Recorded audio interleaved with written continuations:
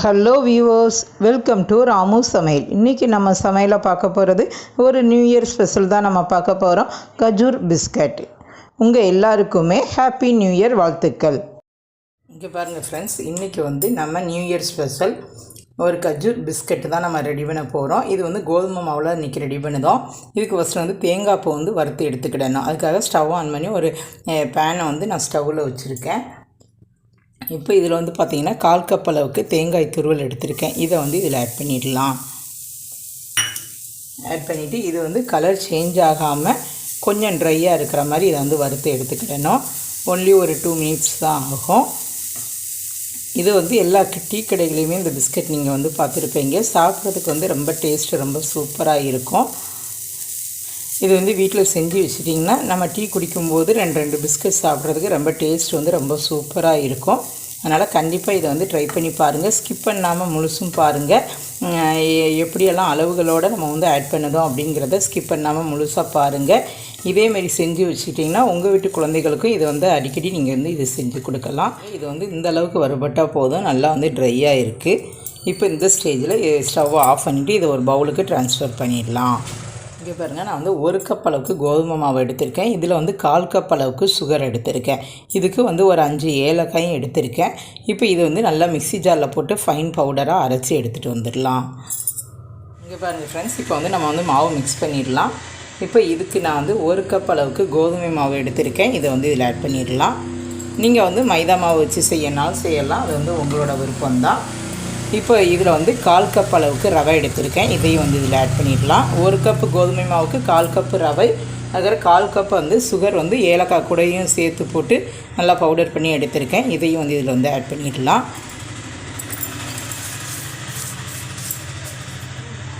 Sugar இந்த அளவுக்கு தான் போடணும். இதுக்கு மேலே போட்டிங்கன்னா மாவு மிக்ஸ் பண்ணுறதுக்கு சரியாக வராது. அதனால் அதை மட்டும் பார்த்துக்கோங்க. இப்போ ஒரே ஒரு சிட்டிகை சோடா உப்பு எடுத்து வச்சுருக்கேன். இதையும் இதில் ஆட் பண்ணிடலாம்.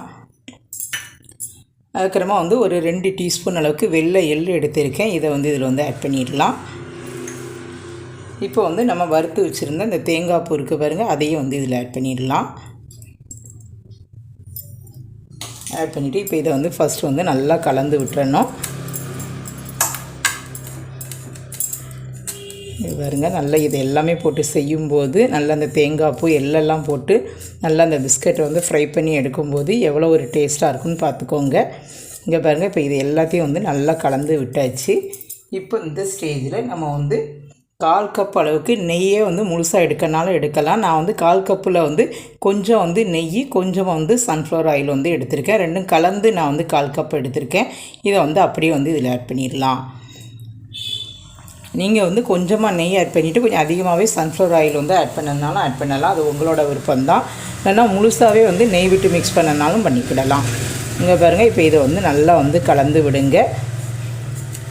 இப்போ இதில் தேவைப்பட்டதுன்னா கொஞ்சமாக நம்ம பால் விட்டு மிக்ஸ் பண்ணணும். இல்லைன்னா தண்ணி கூட விட்டு மிக்ஸ் பண்ணிக்கிடலாம். அது உங்களோட விருப்பம்தான்.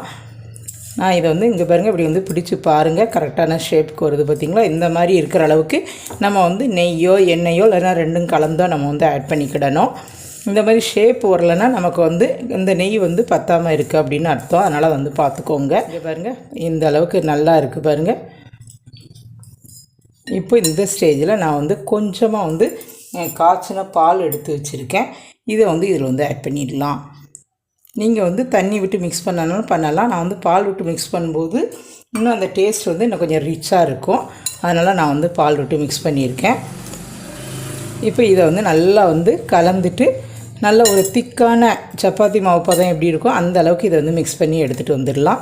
இன்னும் கொஞ்சம் இதில் பால் தேவைப்படுது, அதையும் ஆட் பண்ணிவிட்டு நான் மிக்ஸ் பண்ணி எடுத்துகிட்டு வந்துடுவேன். இங்கே பாருங்கள் ஃப்ரெண்ட்ஸ், நம்ம மாவு இந்த அளவுக்கு மிக்ஸ் பண்ணி எடுத்துருக்கோம்.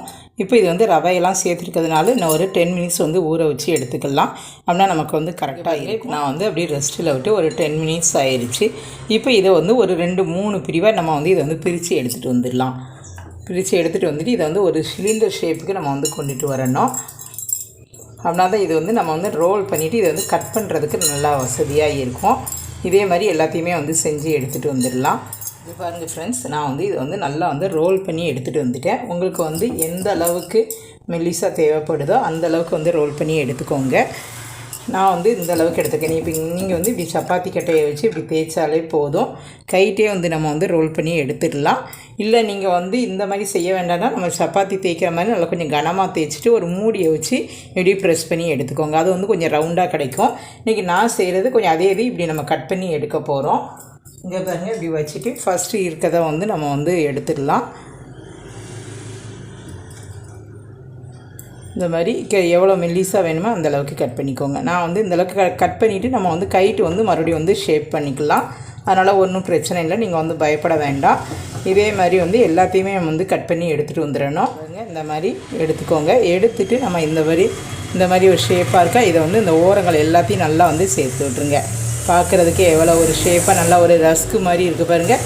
இந்த மாதிரி உள்ளே வந்து ஒரு லேயராக ஃபார்ம் ஆகிருக்கணும். இப்படி இருந்தால் தான் நம்ம வந்து எண்ணெயில் வந்து ஃப்ரை பண்ணும்போது நல்லா வந்து வெளியில் வந்து நல்லா மொறுன்னு உள்ளே வந்து நல்லா சாஃப்டாகவும் இருக்கும்.